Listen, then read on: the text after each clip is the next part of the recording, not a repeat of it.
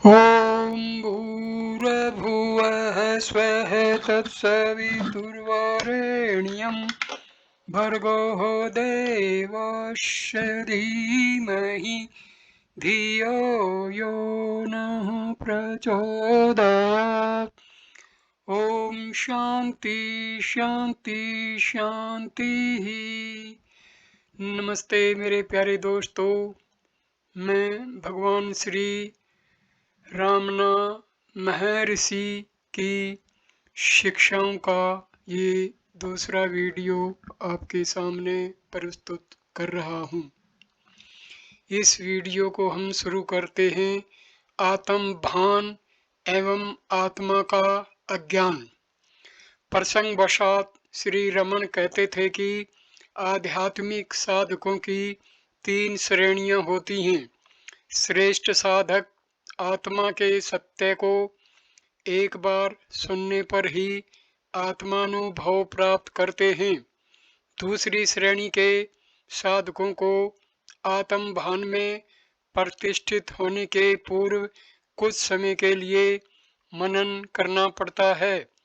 तीसरी श्रेणी के साधक कम सौभाग्यशाली हैं, क्योंकि उनको साधारणतया आत्म साक्षात्कार का ध्येय प्राप्त करने के लिए श्रवण मनन के अलावा कई सालों तक कठिन आध्यात्मिक साधना के साथ गंभीर निधि ध्यान करना पड़ता है।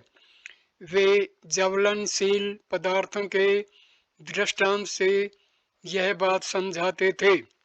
बारूद को भस्म करने के लिए एक चिंगारी पर्याप्त है।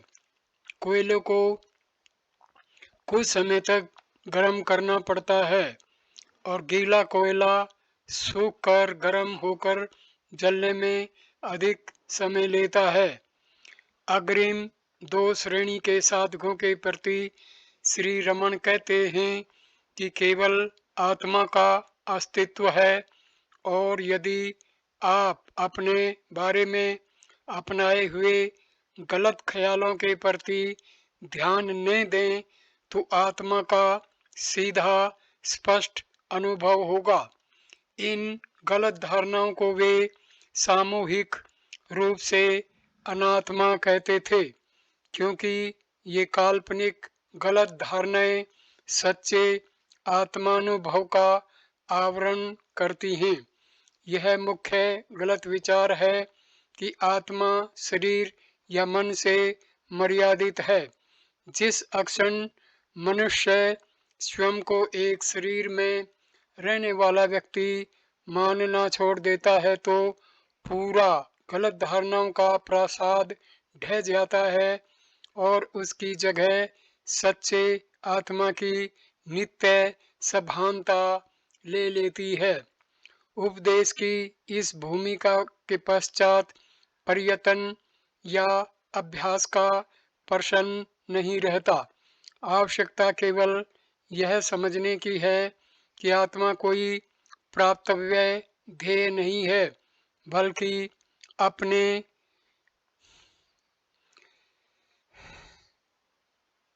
विषय में एकत्रित किए गए गलत पूर्वग्रहों का त्याग करने के अनंतर हमेशा बनी रहने वाली शुद्ध सभानता ही पर्याप्त है। प्रश्न: मैं आत्म साक्षात्कार कैसे कर सकता हूँ? ये एक साधक का प्रश्न है। महर्षि इसका उत्तर देते हैं, साक्षात्कार कोई नई चीज प्राप्त करने की बात नहीं है, वह पहले से ही मौजूद है। आवश्यकता केवल मैंने साक्षात्कार नहीं किया इस विचार को छोड़ देने की है। निश्चलता तथा शांति साक्षात्कार है। आत्मा ने हो ऐसी एक भी क्षण नहीं है। जब तक संदेह हो या साक्षात्कार नहीं हुआ ऐसा भाव हो, तब तक ऐसे विचारों से मुक्त होने का यत्न जारी रखना चाहिए। ऐसे गलत विचार आत्मा को अनात्मा से एक रूप मानने से उत्पन्न होते हैं। जब अनात्म विषयक विचार नष्ट हो जाते हैं तो केवल आत्मा शेष रहता है। अवकाश के लिए वस्तुओं को हटाना पर्याप्त है, किसी दूसरी जगह से अवकाश लाया नहीं जाता। प्रश्न: चूंकि वासनाक्षय के बिना साक्षात्कार असंभव है, मैं उस अवस्था को कैसे प्राप्त कर सकता हूँ जिसमें वासनाओं का अभाव हो? उत्तर: आप इस अक्षण उस अवस्था में हैं। प्रश्न: इसका यह मतलब है कि आत्मा का अवलंबन लेकर जब भी वासना पैदा हो उसे नष्ट कर देना चाहिए? उत्तर: यदि आप जैसे हैं वैसे रहें तो वासनाएं अपने आप नष्ट हो जाएंगी। प्रश्न: मैं आत्मा तक कैसे पहुंच सकता हूँ? उत्तर: आत्मा तक पहुंचना नहीं होता है। यदि पहुंचना होता तो उसका यह मतलब होता कि आत्मा इस स्थल और पल में नहीं है और उसे प्राप्त करना अभी बाकी है। जो नए सिरे से प्राप्त किया गया है वह खो भी जाएगा तो वह अनित्य होगा। अनित्य वस्तु के लिए यत्न करना उचित नहीं है। आप आत्मा हैं, आप पहले से वह हैं। हकीकत यह है कि आप अपनी आनंद में अवस्था से अनभिज्ञ हैं। शुद्ध आत्मा स्वयं आनंद है। अज्ञान बीच में आकर उस पर पर्दा डाल देता है। सारे प्रयत्न केवल मिथ्या ज्ञान रूप अज्ञान को दूर करने के लिए किए जाते हैं। आत्मा को गलती से देह मन के साथ एक रूप मान लेना मिथ्या ज्ञान है। यह गलत तादात्म्य अवश्य जाना चाहिए, तब केवल आत्मा शेष रहता है। इसलिए साक्षात्कार सब लोग कर सकते हैं। साक्षात्कार के लिए साधकों में रहा हुआ भेद कोई अर्थ नहीं रखता। यह संदेह कि क्या मैं साक्षात कर सकता हूँ और यह विचार कि मैंने साक्षात्कार नहीं किया, ये दो बातें स्वयं विघन रूप हैं। इन दो अवरोधों से भी बचना आवश्यक है।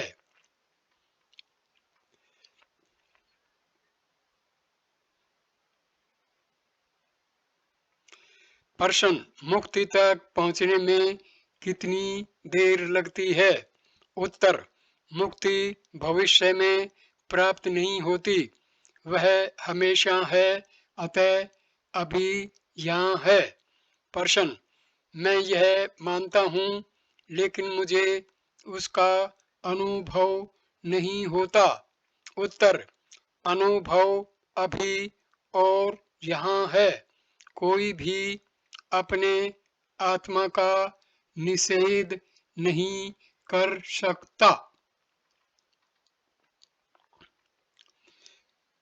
प्रश्न: उसका अर्थ है कि वह सत्ता है, आनंद नहीं।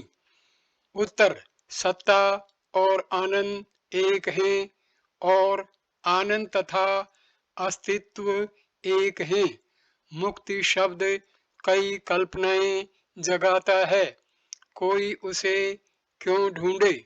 लोग मान लेते हैं कि बंधन है, इसलिए मुक्ति ढूंढते हैं, लेकिन वस्तुतः बंधन नहीं है, केवल मुक्ति है। उसे नाम देकर आप क्यों ढूंढते हैं? प्रश्न: सच है, लेकिन हम अज्ञानी हैं। उत्तर: केवल इस अज्ञान को दूर कीजिए, बस इतना ही करना है। मुक्ति विषयक सारे प्रश्न अस्वीकार्य हैं। मुक्ति का अर्थ बंधन से छूटना है। इससे बंधन का अस्तित्व सूचित होता है। बंधन नहीं है, अतः मुक्ति भी नहीं है। प्रश्न, पाश्चात्यों के साक्षात्कार का स्वरूप क्या है, जो कहते हैं कि उन्हें विश्व चेतना की झांकी होती है? उत्तर, वह अक्षण में आती है, अक्षण में चली जाती है। जिसका प्रारंभ है उसका अंत भी है। जब शाश्वत चेतना का साक्षात्कार होगा वही केवल स्थायी होगा। चैतन्य निश्चित रूप से सदैव हमारे साथ है। सब लोग मैं हूँ ऐसा जानते हैं। कोई भी अपनी सत्ता का निषेध नहीं कर सकता। मनुष्य गहरी नींद में अभान होता है, जागृत में वह सभान दिखता है, लेकिन वह वही मनुष्य है जो सोया था और जो अब जाग गया है, उसमें कोई परिवर्तन नहीं है। गाढ़ सुषुप्ति में वह अपने शरीर के बारे में सभान नहीं था, अतः दैहिक चेतना नहीं थी। जागृत में वह शरीर के विषय में सभान होता है, अतः दैहिक चेतना है। इस प्रकार दैहिक चेतना के प्रकट होने या न होने में भेद है। सच्ची चेतना में कोई भेद नहीं। देह एवं दैहिक चेतना एक साथ प्रकट होते हैं और साथ ही अस्त होते हैं। इन सारी बातों का अर्थ यह है कि गाढ़ निद्रा में मर्यादाएं नहीं हैं, जागृत में हैं। ये मर्यादाएं बंधन हैं। यह शरीर में हूँ ऐसा विचार गलत है। मैं विषयक, यह गलत विचार अवश्य जाना चाहिए। सच्चा मैं हमेशा रहता है, वह यहाँ अभी भी है। वह नए सिरे से कभी प्रकट नहीं होता, न ही अदृश्य होता है। जो है वह हमेशा रहना ही चाहिए। जो कुछ नया प्रकट होता है वह नष्ट भी होता है। गाढ़ निद्रा एवं जागृत की तुलना कीजिए। एक अवस्था में शरीर दिखता है, दूसरी में नहीं, इसलिए शरीर नष्ट होगा। चैतन्य पहले भी था और शरीर नाश के पश्चात भी रहेगा। कोई भी मनुष्य ऐसा नहीं है जो मैं हूँ ऐसा नहीं कहता। मैं शरीर हूँ ऐसा गलत ज्ञान सब उपद्रवों का कारण है। यह मिथ्या ज्ञान अवश्य जाना चाहिए। वह साक्षात्कार है। साक्षात्कार कोई नई उपलब्धि नहीं है, न ही वह कोई नई शक्ति है। वह सिर्फ आवरण नाश है। चरम सत्य इतना सादा सरल है। अपनी मूल अवस्था में रहने से अतिरिक्त वह और कुछ भी नहीं है। इतना ही कहना पर्याप्त है। प्रश्न, मनुष्य जागृत की अपेक्षा गाढ़ निद्रा में शुद्ध चैतन्य के अधिक निकट है। उत्तर, निद्रा, स्वप्न एवं जागृत आत्मा में दिखने वाले दृश्य हैं। आत्मा स्वयं निश्चल है, केवल सभानता की अवस्था है। क्या कोई क्षण भर के लिए भी आत्मा से दूर रहता है? यदि यह संभव होता तभी आपका प्रश्न बन सकता था। प्रश्न: क्या प्राय ऐसा नहीं कहा जाता कि हम जागृत की अपेक्षा निद्रा में शुद्ध चेतना के अधिक समीप होते हैं?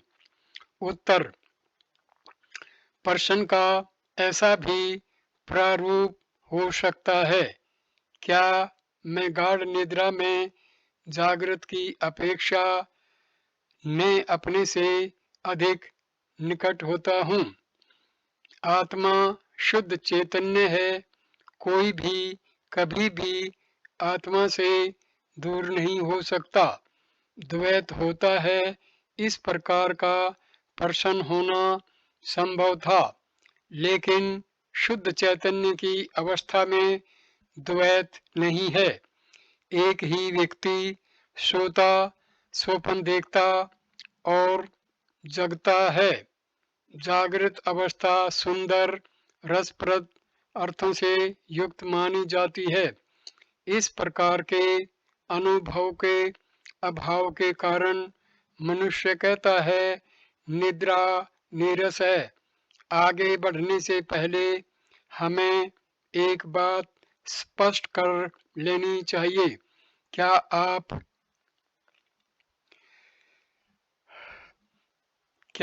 आप स्वीकार नहीं करते कि आप निद्रा के दौरान होते हैं? प्रश्न: हाँ, मैं स्वीकार करता हूँ। उत्तर: आप वही व्यक्ति हैं जो अब जगते हैं। क्या यह सच नहीं है? प्रश्न: हाँ, यह सच है। उत्तर: तो जागृत तथा निद्रा में अविच्छेद सातत्य है। अविच्छिन्न रहने वाला क्या है? वह आत्म सत्ता है। इन दो अवस्थाओं में भेद है। वे भेद क्या है? शरीर, जगत तथा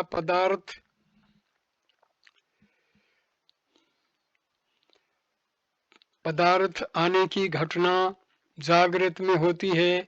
निद्रा में ये अदृश्य हो जाते हैं।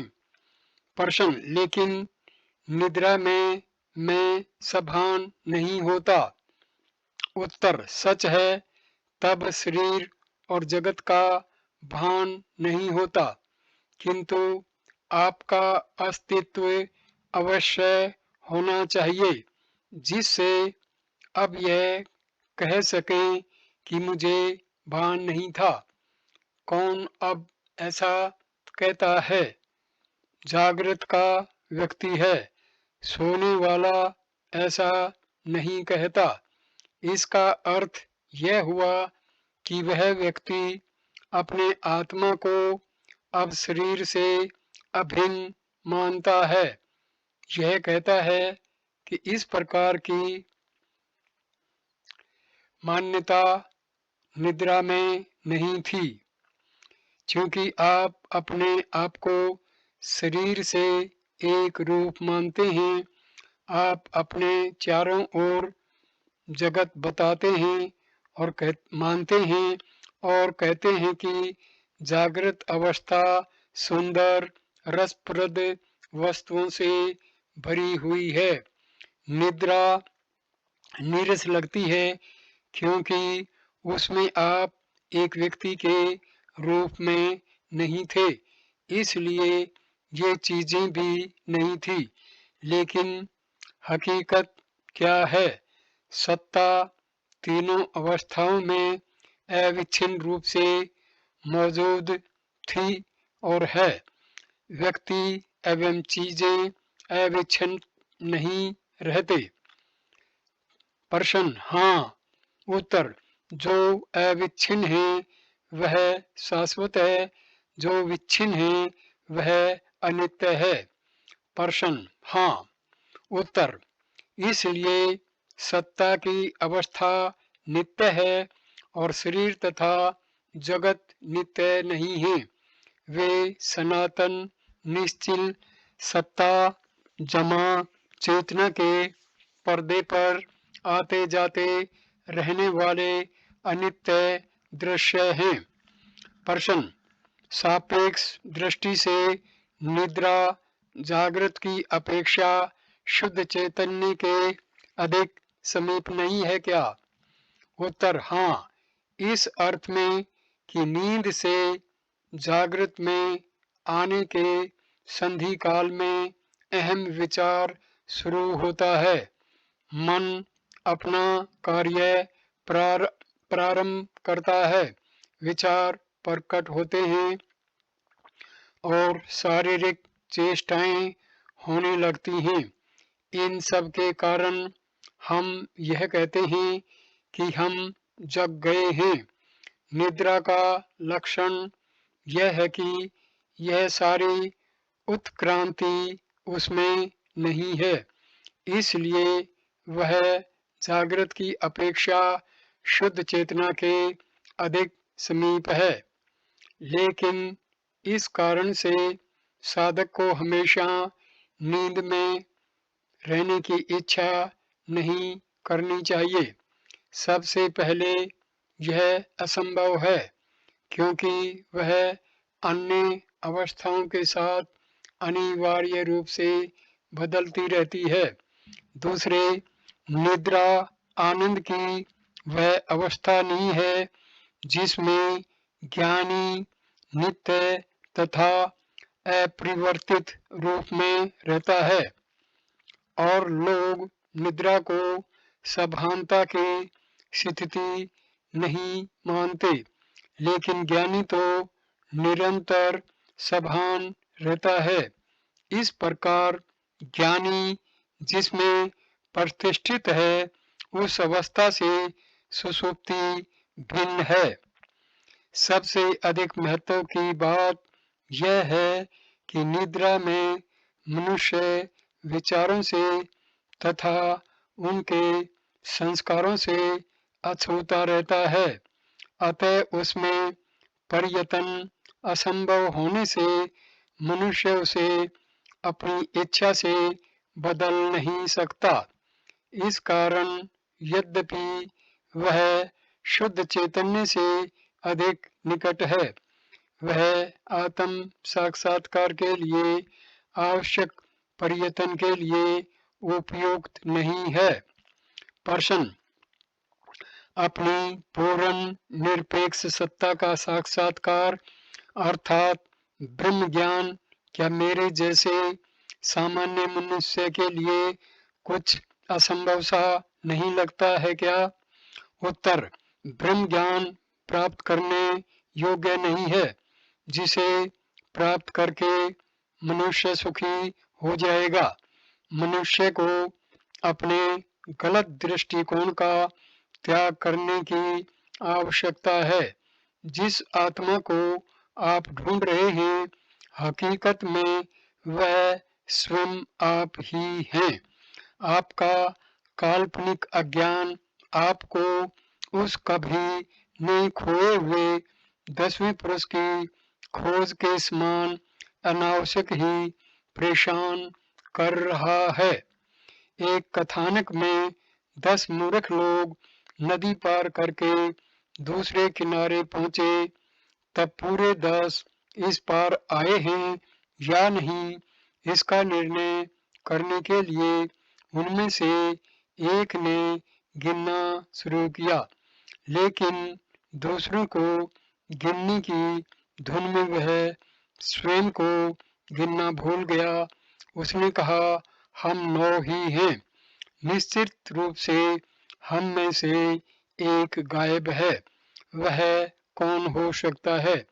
दूसरे ने कहा, तुमने ठीक गिना है क्या? और खुद गिनने लगा, किंतु उसने भी 9 ही गिने। सब ने सहमति से कहा, हम 9 ही हैं। उन्होंने स्वयं से पूछा कि वह खोया हुआ कौन हो सकता है। खोए हुए साथी को खोजने के उनके सारे प्रयत्न निष्फल रहे। उनमें से अधिक भावुक मूर्ख ने कहा, वह जो भी हो डूब गया, हमने उसे खो दिया और वह रोने लगा तो दूसरे सब भी रोने लगे। प्रश्न, इस सत्य को सुनकर मनुष्य संतुष्ट क्यों नहीं हो जाता? उत्तर, क्योंकि संस्कारों का नाश नहीं किया गया है। जब तक संस्कारों का नाश नहीं हुआ, संदेह और गलत धारणाएं बनी रहेंगी। इन संदेहों को तथा गलत धारणाओं को नष्ट करने के लिए सारे उपाय किए जाते हैं। ऐसा करने के लिए उनके मूल को काट देना चाहिए। संस्कार वह मूल है। गुरु की बताई हुई पद्धति से अभ्यास करने से ही ये बेअसर हो जाते हैं। गुरु इतना कार्य शिष्य के लिए छोड़ देता है जिससे वह स्वयं समझ सके कि अज्ञान का अस्तित्व नहीं है। सत्य का श्रवण प्रथम भूमिका है। इससे यदि दृढ़ ज्ञान नहीं होता तो मनन तथा निरंतर निधिध्यासन आवश्यक होता है। इन दोनों से संस्कार बीज जल जाते हैं। जब वे बेअसर होकर फिर अंकुरित नहीं होते। कुछ असाधारण लोग सत्य को केवल एक बार सुनकर दृढ़ ज्ञान प्राप्त कर लेते हैं। ये आगे बढ़े हुए पक्के साधक होते हैं। नए साधकों को ज्ञान प्राप्त करने में अधिक समय लगता है। प्रश्न, अविद्या कैसे उत्पन्न हुई? उत्तर, अविद्या उत्पन्न नहीं हुई है। उसका अस्तित्व सच्चा नहीं है। जो है वह विद्या ही है। प्रश्न, तो मुझे साक्षात्कार क्यों नहीं होता? उत्तर, संस्कारों के कारण। लेकिन इस बात का अन्वेषण कीजिए कि किसे और किसका साक्षात्कार नहीं होता। तब अविद्या ही नहीं, तब अविद्या है ही नहीं, यह स्पष्ट हो जाएगा। उत्तर, तो लक्ष्य को मानकर साधना प्रारंभ करना गलत है क्या, है कि नहीं? उत्तर, यदि कोई प्राप्त करने योग्य लक्ष्य है तो वह नित्य नहीं हो सकता। लक्ष्य पहले से ही मौजूद होना चाहिए। हम अहंकार के साथ लक्ष्य तक पहुंचना चाहते हैं, लेकिन लक्ष्य अहंकार के पहले ही मौजूद है। जो लक्ष्य में है वह हमारे अर्थात अहंकार के जन्म के पूर्व से ही है। क्योंकि हमारा अस्तित्व है, अहंकार का भी अस्तित्व दिखता है। यदि हम आत्मा को अहंकार माने तो हम अहंकार बन जाते हैं। यदि मन माने तो मन एवं शरीर माने तो शरीर हो जाते हैं। विचार विविध रूप वाले कोशों को बनाता है। पानी पर छाया हिलती हुई मालूम पड़ती है। क्या कोई उस छाया का हिलना रोक सकता है? यदि उसका हिलना बंद हो जाए तो आप पानी को नहीं, केवल प्रकाश को देखेंगे। उसी तरह आप अहंकार तथा उसकी चेष्टाओं की ओर ध्यान मत दीजिए, केवल उसके पीछे रहे हुए प्रकाश को देखिए। अहंकार अहम विचार है, सच्चा अहम आत्मा है। प्रश्न, यदि केवल विचारों के त्याग का प्रश्न है तो साक्षात्कार एक कदम दूर है। उत्तर, साक्षात्कार पहले से ही है। निर्विचार अवस्था ही सच्ची अवस्था है। साक्षात्कार कोई क्रिया नहीं है। क्या ऐसा कोई है जिसे आत्मा साक्षात में हो? क्या कोई अपने अस्तित्व का इनकार कर सकता है? साक्षात्कार में एक साक्षात्कार करने वाला और दूसरा जिसका साक्षात्कार किया जाए वह ऐसे दो सूचित होते हैं। जो अब तक साक्षात नहीं था उसको आवश्यकता है। जो स्वयं से भिन्न न होकर अपने भीतर ही विद्यमान है उसे मैं नहीं जानता ऐसा कहना मैं स्वयं अपने आप को नहीं जानता ऐसा कहने के बराबर है। प्रश्न, लेकिन मनुष्य उस अवस्था तक कैसे पहुंच सकता है? उत्तर, पहुंचा जा सके ऐसा कोई लक्ष्य नहीं है। किसी वस्तु को प्राप्त नहीं करना है। आप आत्मा हैं। आपका अस्तित्व हमेशा रहता है। इससे अधिक उसके विषय में कुछ नहीं कहा जा सकता। आत्मा को अर्थात ईश्वर को देखने का और आत्मा अर्थात आप जो हैं वह बने रहना है। देखने का अर्थ होना है। आत्मा होते हुए भी आप आत्मा तक कैसे पहुंचा जाए ऐसा पूछते हैं। यह बात ऐसी है जैसे कोई रामणाश्रम में रहकर यह पूछे कि रामणाश्रम पहुंचने के कितने मार्ग हैं और उनमें से उसके लिए कौन सा श्रेष्ठ है। आपको जो करना है वह केवल इतना कि आप शरीर हैं इस विचार को तथा बाह्य पदार्थों के सारे विचारों को अनात्मा को छोड़ना है। प्रश्न, अहंकार क्या है? उसका सच्चे आत्मा के साथ क्या संबंध है? उत्तर, अहंकार आता जाता है अतः अनित्य है, जबकि सच्चा आत्मा नित्य है। यद्यपि आप वस्तुतः सच्चे आत्मा हैं, फिर भी गलती से उसका अहंकार के साथ तादात्म्य करते हैं। प्रश्न, ऐसी गलती किस प्रकार होती है?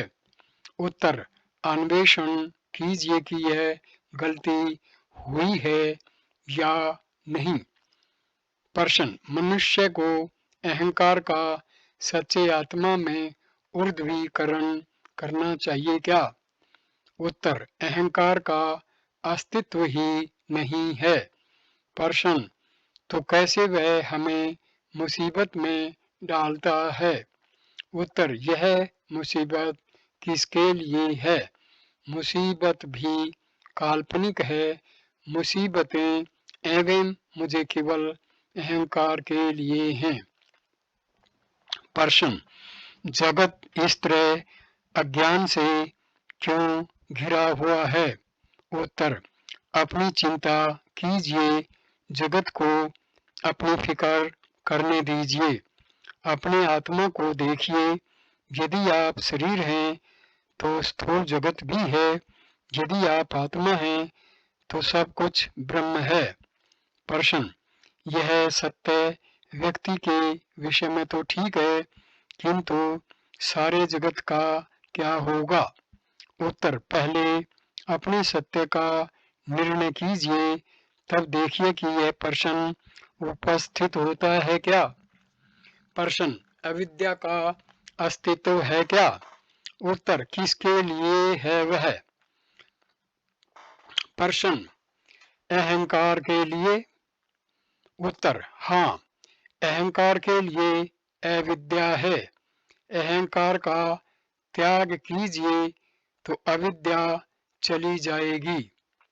अहंकार को ढूंढिए तो वह लुप्त हो जाएगा और सच्चा आत्मा ही शेष रहेगा। अविद्या युक्त अहंकार को नहीं देखना है। सब शास्त्र अविद्या का अभाव सिद्ध करने के लिए हैं। प्रश्न, अहंकार उत्पन्न कैसे होता है? उत्तर, अहंकार नहीं है। अन्यथा आप क्या दो आत्माओं का स्वीकार करते हैं? अहंकार के अभाव में अविद्या कैसे हो सकती है? आप गवेषणा शुरू करेंगे तो अविद्या जो पहले से ही नहीं है नहीं मिलेगी और आप कहेंगे कि वह लुप्त हो गई। अज्ञान अहंकार के साथ जुड़ा हुआ है। आप अहंकार के विषय में क्यों सोचते हैं और परेशान होते हैं? अज्ञान है क्या वह? अज्ञान है क्या वह? वह वो है जिसका अस्तित्व नहीं है। सांसारिक व्यवहार के लिए अविद्या की मान्यता जरूरी है। अविद्या हमारे ज्ञान से अधिक कुछ नहीं है। आत्मा की विस्मृति अज्ञान है। सूर्य के समक्ष अंधकार ठहर सकता है क्या? ऐसे ही स्वयंभू स्वयं प्रकाश आत्मा के समक्ष अज्ञान ठहर सकता है क्या? यदि आप आत्मा को जाने तो अंधकार नहीं रहेगा, न ही अज्ञान तथा दुख रहेंगे। यह तो मन है जिसे उपद्रव तथा दुख का अनुभव होता है। अंधकार न आता है न जाता है। सूर्य को देखिए और अंधकार है ही नहीं। इसी तरह आत्मा को देखिए तो अविद्या नहीं है, ऐसा ज्ञान होगा। प्रश्न, असत्य कैसे उत्पन्न हुआ? क्या सत्य से असत्य उत्पन्न हो सकता है? उत्तर, अन्वेषण कीजिए कि वह उत्पन्न हुआ है क्या? दूसरे दृष्टि बिंदु से असत्य जैसी कोई चीज नहीं है, केवल आत्मा का ही अस्तित्व है। जब आप जगत तथा अन्य सब पदार्थों को देखने वाले अहंकार का मूल ढूंढेंगे तो आपको पता चलेगा कि अहंकार है ही नहीं, नहीं आपको दिखने वाली सृष्टि है। प्रश्न, आत्मज्ञान को इतना मुश्किल बनाना ईश्वर लीला की निर्दयता है। उत्तर, आत्मा को जानने का अर्थ आत्मा होना है। होना ही सत्ता है। स्वयं का होना सत्ता है। कोई भी अपनी न दिखने वाली आंखों के अस्तित्व की तरह न दिखने वाली आत्मा का इनकार नहीं करता है।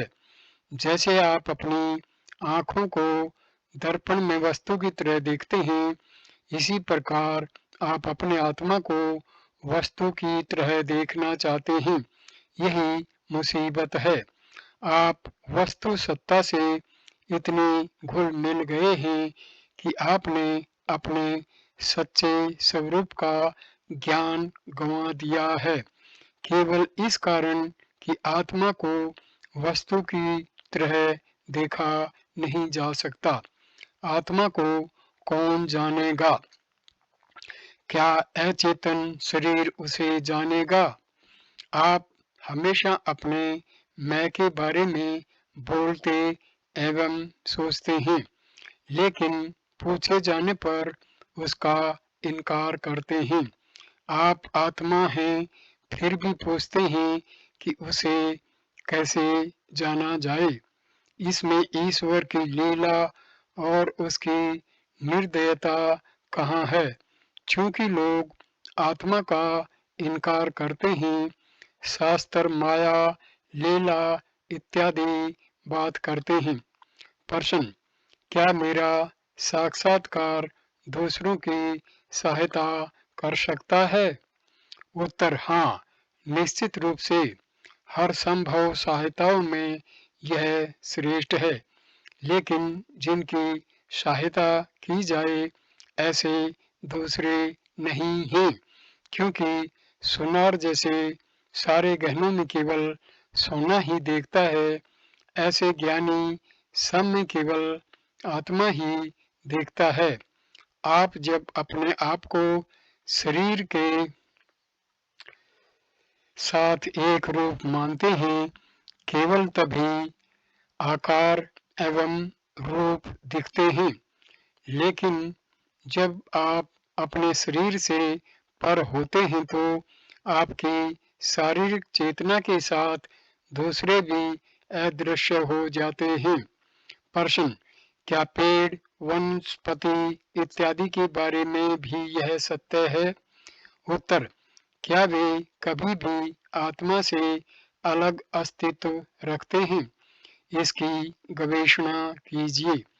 आप सोचते हैं कि आप उन्हें देखते हैं। विचार आत्मा से प्रकट होते हैं। ढूंढ निकालिए कि ये विचार कहाँ से प्रकट होते हैं।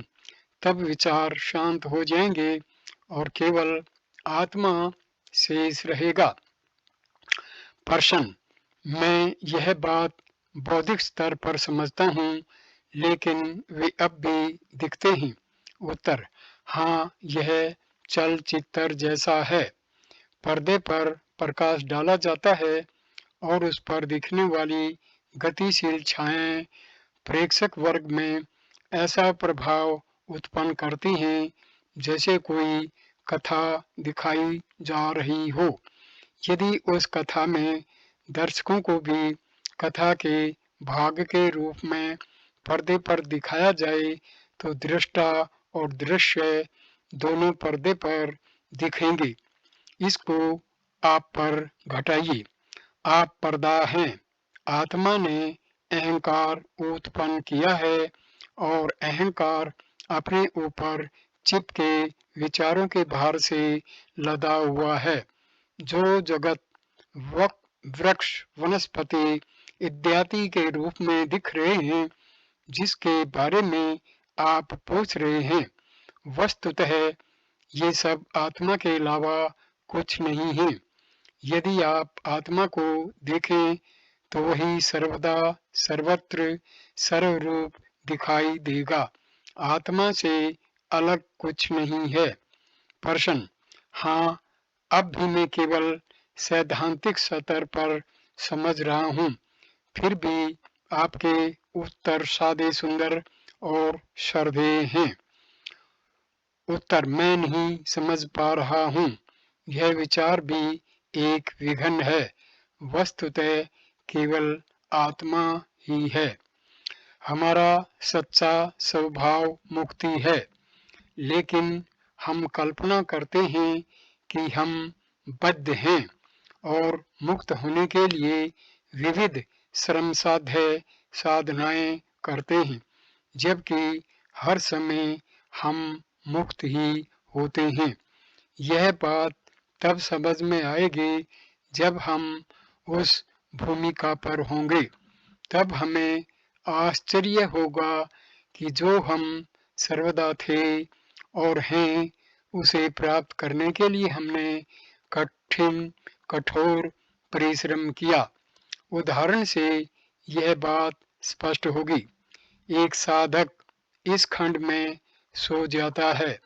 स्वप्न में वह विश्व यात्रा पर निकलता है और पर्वत, घाटी, जंगल, विविध देश, रण, समुद्र वाले पृथ्वी के कई खंडों को पार करता हुआ कई वर्षों तक कठिन यात्रा करने के पश्चात थका हारा इस देश में वापस आता है। तिरुवन्नमलाई पहुंचता है, आश्रम में प्रवेश करता है और इस खंड में आता है। उसी अक्षण वह जग जाता है और देखता है कि वह अपनी जगह से 1 इंच भी दूर गया नहीं है, बल्कि हमेशा खंड में ही था। ठीक इसी प्रकार का जन्म मरण रूप संसार का अनुभव है। यह पूछने पर कि हम स्वतंत्र होते हुए भी बद्ध होने की कल्पना क्यों करते हैं? मेरा उत्तर यह है कि इस खंड में रहकर भी आपने कई पर्वत, घाटी, रण, समुद्र वाले अनेक खंडों की यात्रा की कल्पना क्यों की? यह सब मन अर्थात माया है। प्रश्न: अज्ञानी को दुख देने वाला यह एक सत्य का अज्ञान कैसे उत्पन्न होता है? उत्तर: अज्ञानी केवल मन को देखता है जो हृदयस्थ शुद्ध चेतना के प्रकाश का प्रतिबिंब है। हृदय के विषय में उसका अज्ञान कायम है क्योंकि उसका मन बहिर्मुख है एवं उसने कभी भी अपने मूल की खोज नहीं की। प्रश्न: हृदय से प्रकट होने वाले चैतन्य के इस अनंत भेद रहित प्रकाश को अज्ञानी के सम्मुख प्रकट होने से कौन रोकता है? उत्तर: घड़े में रहा हुआ पानी घड़े के सीमित आकाश में महान सूर्य को प्रतिबिंबित करता है। ऐसे ही मनुष्य के मन में रहने वाली वासनाएं प्रतिबिंब के लिए माध्यम का कार्य करते हुए हृदय से प्रकट होने वाले चैतन्य के सर्वव्यापक अनंत प्रकाश को प्रतिबिंबित करती हैं। इस प्रतिबिंब की घटना को मन कहा जाता है। केवल इस प्रतिबिंब को देखकर मोहित हुआ अज्ञानी स्वयं को सीमित जीव मानता है। प्रश्न: आत्म साक्षात्कार का अवरोध करने वाले विघ्न कौन से हैं? उत्तर: मन की वासनाएं। प्रश्न: इनको कैसे दूर किया जाए? उत्तर: आत्म साक्षात्कार से। प्रश्न: यह तो तर्क का दुष्ट चक्कर हुआ। उत्तर: यह अहंकार है जो इस प्रकार की मुसीबतें खड़ी करता है। वह विघ्नों को उत्पन्न करता है और स्वनिर्मित विरोधाभासों से पीड़ित होकर दुखी होता है। अन्वेषण करने वाले को ढूंढ निकालिए तो आत्मा मिल जाएगा। प्रश्न: यह मन का बंधन इतना दीर्घजीवी क्यों है? उत्तर: बंधन का स्वरूप केवल इस पतन करने वाले विचार का उत्पन्न होना है कि मैं सत्य से अलग हूँ। चूंकि कोई भी निश्चित रूप से सत्य से अलग नहीं रह सकता। जब भी यह विचार आए उसका त्याग कीजिए। प्रश्न: मैं आत्मा हूँ ऐसा स्मरण क्यों कभी नहीं होता? उत्तर: लोग पूर्ण आत्मा के स्मरण एवं विस्मरण की बात करते हैं, लेकिन स्मरण और विस्मरण दोनों विचार के रूप हैं। विचारों के रहने तक ये आते जाते रहेंगे, किंतु सत्य इन दोनों से परे है। स्मृति तथा विस्मृति किसी वस्तु पर आधारित होनी चाहिए और वह वस्तु आत्मा से भिन्न होनी चाहिए, अन्यथा विस्मृति हो ही नहीं सकती। स्मृति और विस्मृति व्यक्तिगत जीव पर आश्रित हैं। जब कोई उसे ढूंढता है तो वह मिलता नहीं, क्योंकि वह सत्य नहीं है। इसलिए यह अहंकार, माया और अज्ञान का पर्याय है। अज्ञान कभी भी नहीं था। यह जानना सारे आध्यात्मिक उपदेशों का लक्ष्य है। अज्ञान अवश्य उसको होना चाहिए जो स्वयं सभान हो, और सभानता ही ज्ञान है जो सहज तथा शाश्वत है, जबकि अज्ञान अस्वाभाविक एवं असत्य है।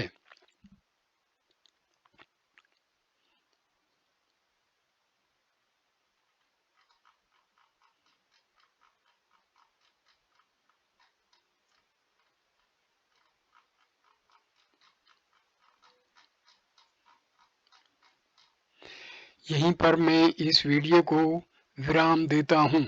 वीडियो देखने के लिए धन्यवाद मेरे दोस्तों। अब तीसरे वीडियो में हम इस विषय को आगे चलाएंगे। वीडियो देखने के लिए धन्यवाद। नमस्कार मेरे दोस्तों, नमस्ते।